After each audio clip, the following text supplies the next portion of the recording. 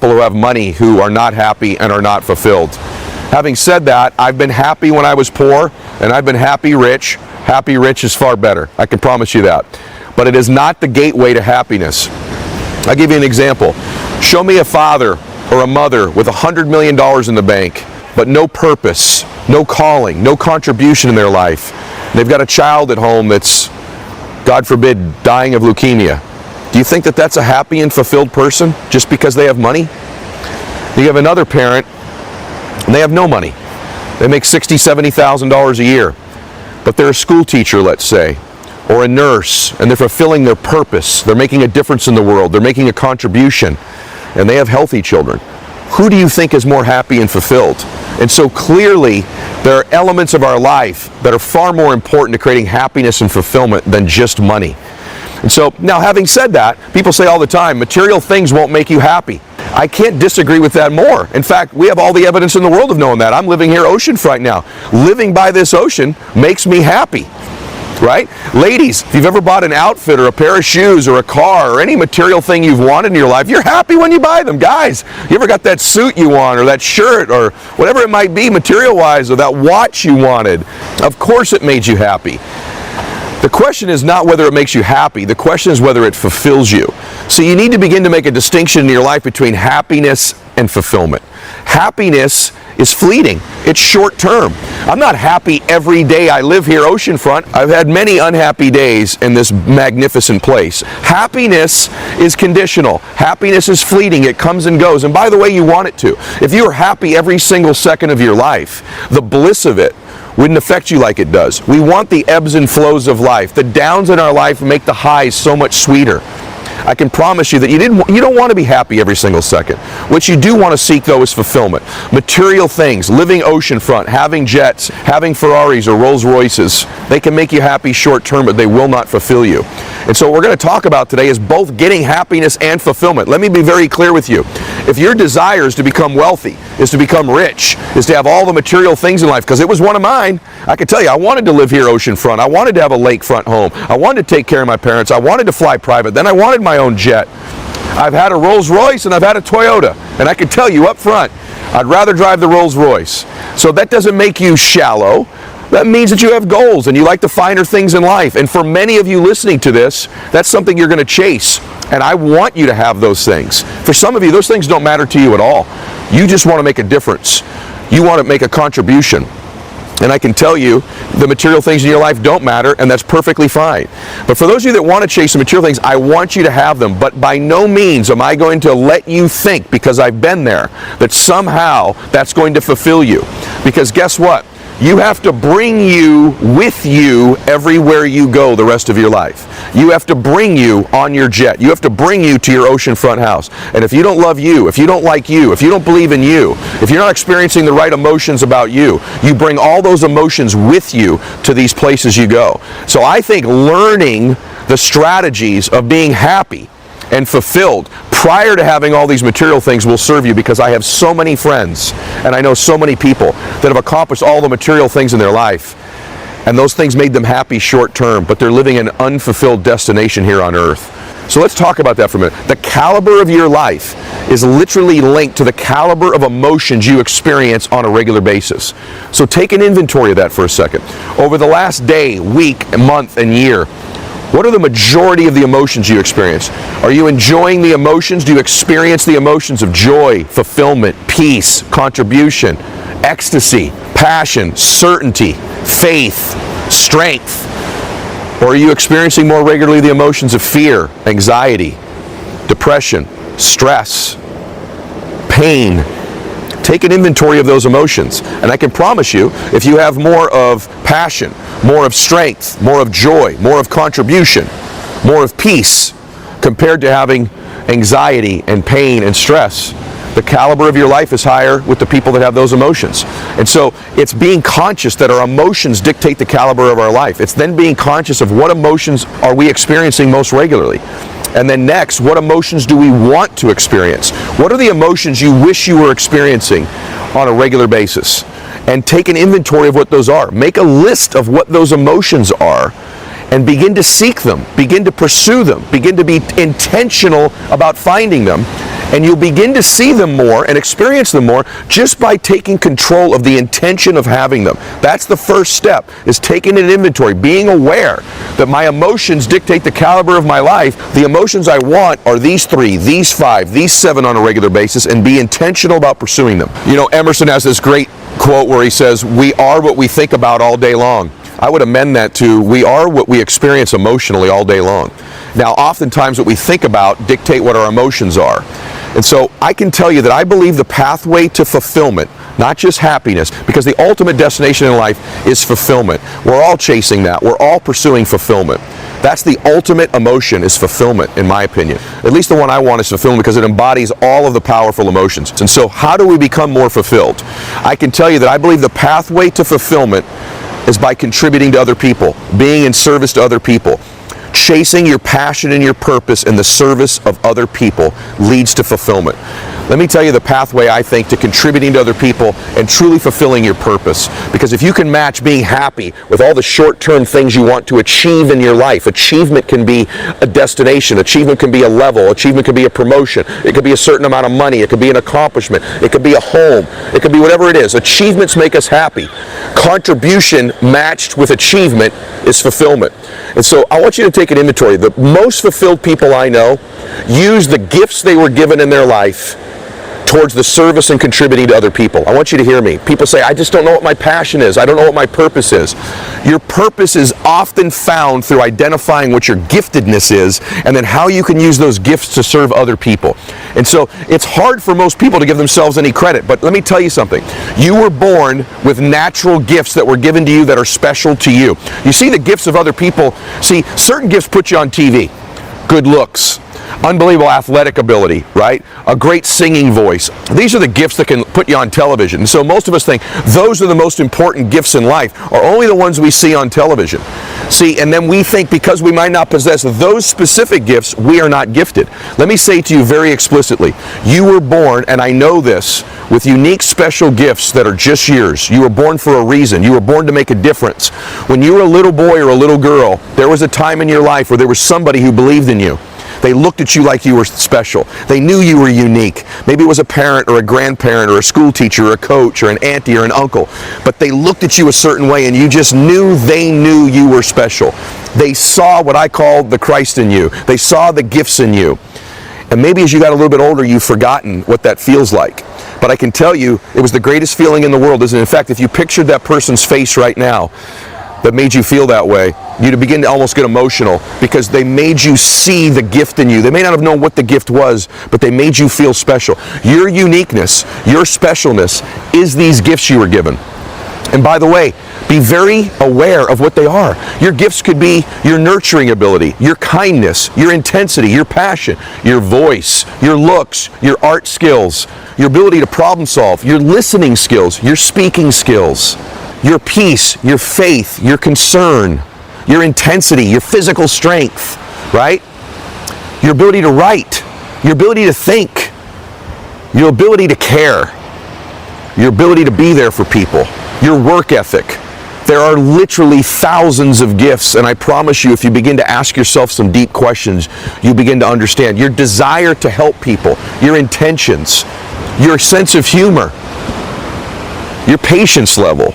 You have all kinds of gifts that you were given, but there are 2 or 3 or 4 that are yours. And if you'll identify what those 2 or 3 or 4 gifts are, and you begin to use those gifts in the service of other people, you will be ultimately fulfilled. In my case, you know, I feel like my gift is that I was born with the ability to articulate. I was born with the ability to learn. I was born with the ability to just deeply care and believe in people. God was good enough to give me the ability to kind of communicate those words in a way that's easy to understand. And so I've taken some of the gifts, my 2 or 3. I don't have 50, I'm not better than you, but I've sort of identified some of the gifts I have as I love people, I care about people, I'm pretty good at speaking, right? I want to make a difference, I intend to serve. And so I've taken those skills and I've used them to serve other people in my life, and it fulfills me. It's not work to me. It makes me fulfilled. My house may make me happy short term. My jet might But I can tell you what fulfills me is making a difference in the lives of other people, and it's what will fulfill you as well. It's dropping this notion, as I've said in other audios, you are not your possessions. You are not your accomplishments. You are not what other people say you are, good, bad, or indifferent. You are not those things. And you are not what you look like. You are your gifts. You are these 2 or 3 or 4 things. This is the basis of who you are these gifts. This is the true you. And when you begin to do this, when you begin to utilize those gifts in service of other people, you become inspirational. Yes, you inspire people. See, the root of the word inspire is to be in spirit. When you are in spirit and serving people with the gifts you were given. Mike, who's filming this right now, one of his great gifts is his patience, is his artful eye, is his ability to see the right setting like we did today when we're shooting here. It's his concern to make me look good. It's the pride he takes in his work. These are some of his natural gifts, and now he's found them, and we've partnered together, his gift and my gift and the gift of my team to serve you. This will begin to fulfill you in your life. All of you have those gifts. And so when you begin to identify what they are in the service of other people, you will begin to change your life. That is who you truly are. That is when you begin to experience those emotions that serve you, that begin to transform your life. If you want to be happier, and if you want to be more fulfilled, go achieve, go accomplish, go chase those things, but do things every day that feed these emotions that you want, not the ones you don't want. Root out the emotions you don't want. Pursue and chase the ones you do. And begin to use those gifts to serve other people and fulfill your purpose in being here in the world. I'm going to give you 10 things that I want you to be more of. I want you to embody more of in your life. I want you to take an inventory, the man or woman. If you could be more of these 10 things, they will deliver to you more of these emotions. Number 1, I want you to be unique. I want you to be special. See, I believe the opposite of bravery is to conform. Conformity is the opposite of bravery. You don't need to be like anybody else. Stop trying to be a part of the group. Be unique, be special, be you. Celebrate the uniqueness that is you. Yeah, you may take some criticism. You've probably taken it in the past. Every time you've tried to be yourself, you've taken a little criticism. But I can promise you, one of the gateways to more of these positive emotions is to be unique, be special, be you. Number 2, be love. Yes, be love. I know that may sound corny, especially to some of you guys that are listening to this, but just be more loving. I think you'll find that more love you put out into the world, and I don't mean this in some fluffy way, I'm serious. The more you love people, the more you smile, the more you truly love in life, the more you get it back in your life. Number 3, be truth. Just honor your truth more often. And even in the difficult times, be honest and truthful with people. Number 4, be kind. One of the rarest things in the world today is just a kind person. Just taking the time to be more kind to people. We need more kindness in the world. And the more kind you are to other people, the more those emotions come flooding your way. Number 5, be beautiful. And I mean it. Be beautiful. Begin to celebrate your beauty. I know for some of us that's difficult because we're aware of all the things about us that aren't beautiful. The more you just be beautiful, I can tell you, the more you begin to accept you the way you are, that you're perfect as you are. It doesn't mean we don't want to look better. It doesn't mean we don't want to improve our condition, be healthier, be stronger, look better. But the bottom line is, if we can't begin to love how we look now, we're not going to love how we look at any point. We're never going to love it. Just be more beautiful now. Number 6, be moving. You must always be moving your body. See, the great emotions come from us when we're moving our body. See, emotions are physical as well. They're a physical thing. You know how you feel when you're working out or you're in that special moment with that special someone in privacy? You're moving your body at that time, aren't you, right? Laughter is a movement, right? See, emotions are movements. It's a state of being. The more you're breathing deeper, the more you're moving your body. Moving your body creates positive emotions. Stagnation, laying down, hunched over, all these emotions, sitting at your desk too long every single day, laying in bed, laying on the couch, not moving, driving in the car is when all the negative emotions hit. You'll find that when you're moving, running, moving your body, exercising, just getting in a peak state, being conscious of your posture and your physiology and moving yourself, you'll find it's almost impossible to experience the negative emotions when you're moving and the positive ones come flooding in. Number 7, be growing. As we've talked about previously, either growing or dying in your life. A growing person is experiencing the positive emotions of life. A person who's not growing, they start to experience depression and fatigue and fear and anxiety. Be growing all the time. It's a gateway to all the positive emotions in life. Number 8, be silly, be playful. See, you were the happiest probably when you were a little child, when you were playful, and you didn't care what everybody thought about you. Start to have more childlike enthusiasm in your life. Be silly. Be willing to look bad and look goofy. The happiest people have more childlike emotions, more childlike enthusiasm. We all get older and we get buttoned up and we want to look a certain way and present our certain selves and think there's a way we're supposed to act all the time. And we lose the inner child, and from there we lose the emotions a child gets to experience. Number 9, be forgiving. Forgive people. It will set you free and open you up to all the positive emotions in your life. If there are people you need to forgive, do it.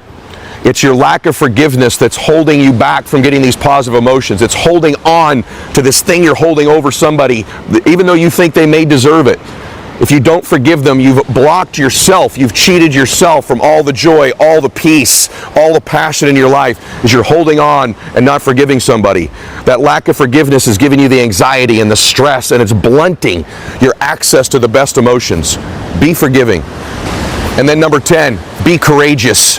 Be bold. The most courageous people in life experience the greatest emotions. They take risks. They overcome adversity. They put themselves in uncomfortable situations. They show courage. They step in when needed. They're people's heroes in their life. They do things they're afraid of on a very regular basis. Courage is not the absence of fear. Courage is taking action in the presence of fear. I promise you, the more courageous you are, the more you are opening yourself to the best emotions in life. These 10 things, these 10 steps, these 10 ways of being are gateways to the positive emotions in our life. And when you combine that with identifying your gifts and using them in the service of other people and being conscious of what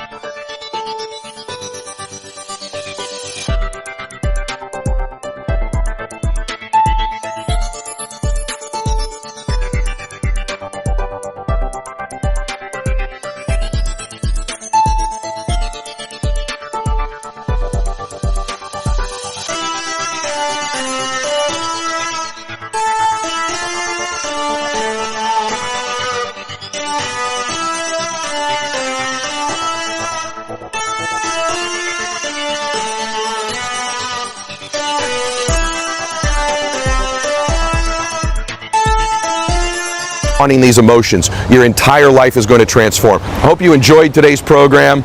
My prayer is that it's helped you and made an impact in your life. If you're watching this on YouTube, I want to challenge you to share this with as many people as you can, but then go subscribe to iTunes or Spotify and make sure you're getting the audio version, because I'm going to put content on audio that you won't see on video, and vice versa. If you're listening to this on Spotify or iTunes or an audio platform, go subscribe to the YouTube channel so you can see some of these programs. And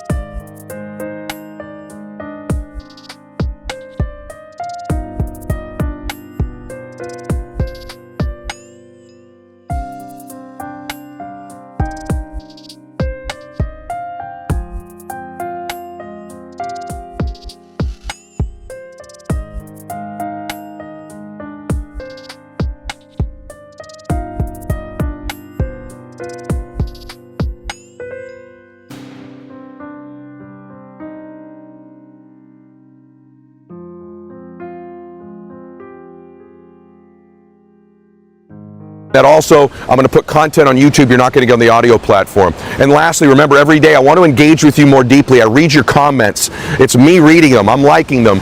I want to know how you're doing. I want you to become part of the Max Out universe. And so every day we run the Max Out 2-minute drill on Instagram. In my main feed when I make a post, if you make a comment within the first 2 minutes when I make that post, so turn your notifications on. When you make a comment in the first 2 minutes with hashtag Max Out, we pick a winner every single day. And from that winner, we give them coaching calls with me, with my guests, autographed copy of my book, Max Out gear, all kinds of ways to connect with you. So every day, within the first 2 minutes, just make a comment on my main feed with hashtag Max Out, and you're in the running every single day. If you miss the